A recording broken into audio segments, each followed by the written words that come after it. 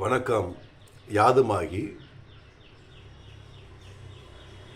யாருக்கு வாழ்நாள் முழுவதும் மற்றவங்களோட ஆலோசனை தேவை?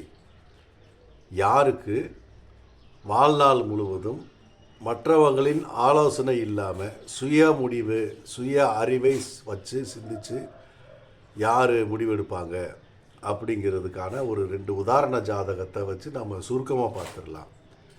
இப்போது சார்ட்டில் வரக்கூடிய சார்ட்டுக்கு உங்களுக்கு காமிக்கிறதுல அதில் வரக்கூடிய சார்ட்டில் ராசி கட்டம் அது மேச லக்னத்தை சொல்லுது. மேச லக்னம் உங்கள் ஜாதகத்தில் எங்கே வேணாலும் அந்த லக்னம் இருக்குல்ல, இது உதாரணத்துக்காக சொல்கிறதுனால மேச லக்னத்துக்கு அதிபதி செவ்வாய்.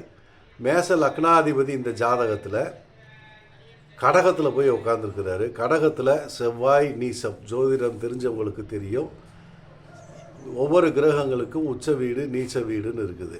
இப்போது லக்னாதிபதி நீசம் ஆயிடுறாரு இந்த ஜாதகத்தில். அதோட புத்திகாரகன்கிற புதன் 3ஆம் இடத்ததிபதி, முயற்சி ஸ்தானாதிபதியும் அவர் தான் இந்த மேச லக்னத்துக்கு. மாத சம்பளம் கொடுக்கக்கூடிய 6ஆம் இடத்ததிபதியும் அவர் தான். ருணரோக சத்ரு ஸ்தானாதிபதியும் அவர் தான். புத்திகாரகன், பொதுவான புதனுக்கு புத்திகாரகன்னு பேர். இந்த புத்திகாரகனும் அவர் தான். ஸோ அந்த லக்னத்துக்கு 12ஆம் இடங்கிறது மறைவு ஸ்தானம். இந்த மறைவு ஸ்தானத்தில் போய் சூரியனும் சந்திரனும் இணைஞ்சிருக்கக்கூடிய அமாவாசை நாளில் இந்த புதனும் அந்த அமாவாசை சந்திரனோட போய் கலந்து லக்னாதிபதியும் நீசமானார்னா இவங்க வாழ்நாளில் அவசரமாக சில முடிவுகளை எடுத்து பின்னாடி அதோட கஷ்டத்தை அனுபவித்து சிரமப்படுவாங்க. இவங்களுக்கு மற்றவங்களோட கைடன்ஸை கேட்டு நடந்தாங்கன்னா நல்லது. இப்போது அடுத்து இன்னொரு உதாரண ஜாதகத்தை இப்போ காட்டுறேன் பாருங்கள். இதில் அதே மேச லக்னம்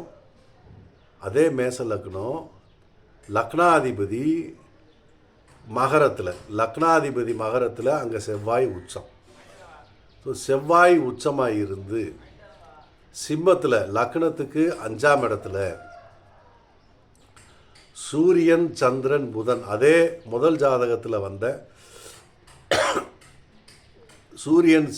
சூரியன் சந்திரன் புதன் அதே காம்பினேஷன் சிம்மத்தில் இருந்து மேச லக்னத்துக்கு 5ஆம் இடத்துல இருந்து இந்த லக்னாதிபதி மகரத்தில் உச்ச வீட்டில் இருக்கிறாருன்னு வச்சுக்கோங்க.